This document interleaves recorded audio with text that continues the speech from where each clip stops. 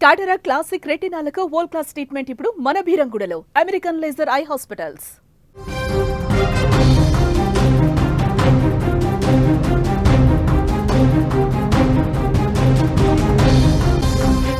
Asia cup final match తర్వాత పాక్ క్రికెట్లో మంటలు చెలరేగాయి.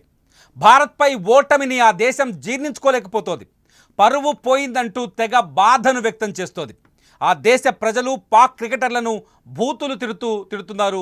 ఆ దేశ ప్రజలు తాజాగా వారికి మరొక షాక్ తగిలింది. విదేశీ లీగ్స్లో ఆడే అవకాశాన్ని పీసీబీ నిలిపివేసింది.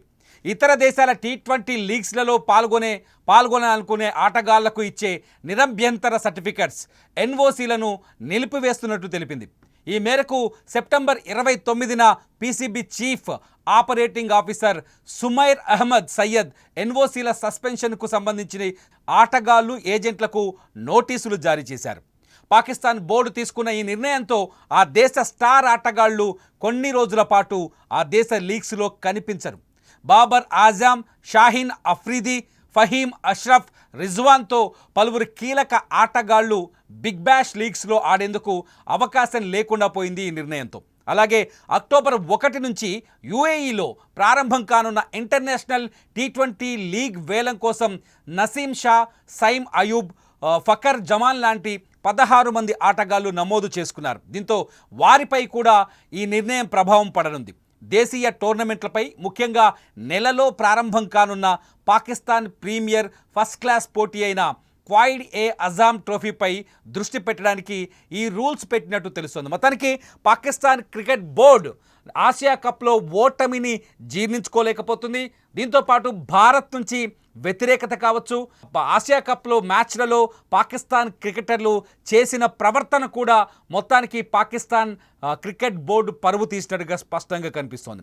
భారత్తో జరిగిన మ్యాచ్లలో పాకిస్తాన్ క్రికెటర్లు రౌఫ్ కావచ్చు, మరొక క్రికెటర్ కావచ్చు, ఫర్హాన్ కావచ్చు, వీళ్ళిద్దరూ భారతదేశాన్ని అవమానించినట్టు ప్రవర్తించడం, ఇదంతా ప్రపంచ క్రికెట్ లోకమంతా చూడటం, మిగతా జట్లు కూడా అంటే మిగతా దేశాల్లో కూడా పాకిస్తాన్ పరువు పోగొట్టే ప్రయత్నం చేస్తున్నారు అనే నిర్ణయానికి పీసీబీ వచ్చినట్టుగా తెలుస్తోంది.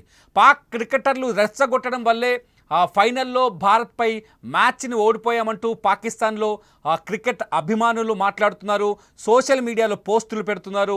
ఏ టీవీ ఛానల్కి ఇంటర్వ్యూ ఇచ్చినా కూడా ఇదే విషయాన్ని చెప్తున్నారు. మొత్తానికి పాకిస్తాన్ క్రికెటర్ అభిమానులు పాకిస్తాన్ క్రికెట్ టీం పైన తీవ్రమైన ఆగ్రహంతో ఉన్నారు.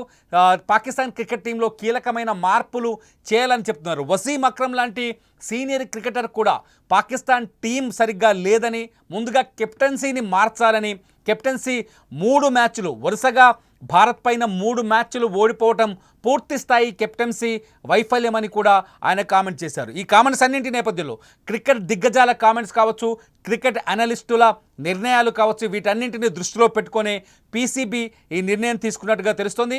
పీసీబీ తీసుకున్న ఈ నిర్ణయంతో పాకిస్తాన్ క్రికెటర్లు ఇక పాకిస్తాన్లో తప్ప ఇతర దేశాల్లో ఏ మ్యాచ్లోనూ ఆడే అవకాశం లేదు. ఇతర దేశాల్లో జరిగే టోర్నమెంటుల్లో పాల్గొనే ఛాన్సెస్ పూర్తిగా రద్దయ్యాయని చెప్పాలి. పూర్తిగా వాళ్ళకి NOC ఇప్పటివరకు అయితే ఒక భారత్లోని IPL తప్ప ఇతర లీగ్లలో పాల్గొనేందుకు ఇతర దేశాల్లో ఉన్న బిగ్ బ్యాష్ కావచ్చు, రకరకాల ఆస్ట్రేలియా లీగ్స్ కావచ్చు, లీగ్లలో పాల్గొనేందుకు అవకాశాలు ఉన్నాయి. కానీ తాజా నిర్ణయంతో వాళ్ళు పాకిస్తాన్ క్రికెట్లో తప్ప ఇంకెక్కడ ఆడడానికి అవకాశాలు లేటుగా తెలుస్తుంది. దీంతోపాటు పాకిస్తాన్ క్రికెట్ టీంలో కూడా భారీ మార్పులు జరిగే అవకాశం కనిపిస్తుంది. కెప్టెన్సీని కూడా మారుస్తారనే చర్చ జరుగుతుంది. భారత్తో ఓటమితో పాటు ఆసియా కప్లో పూర్తి పేలవమైన ప్రదర్శన చూపించింది పాకిస్తాన్ జట్టు.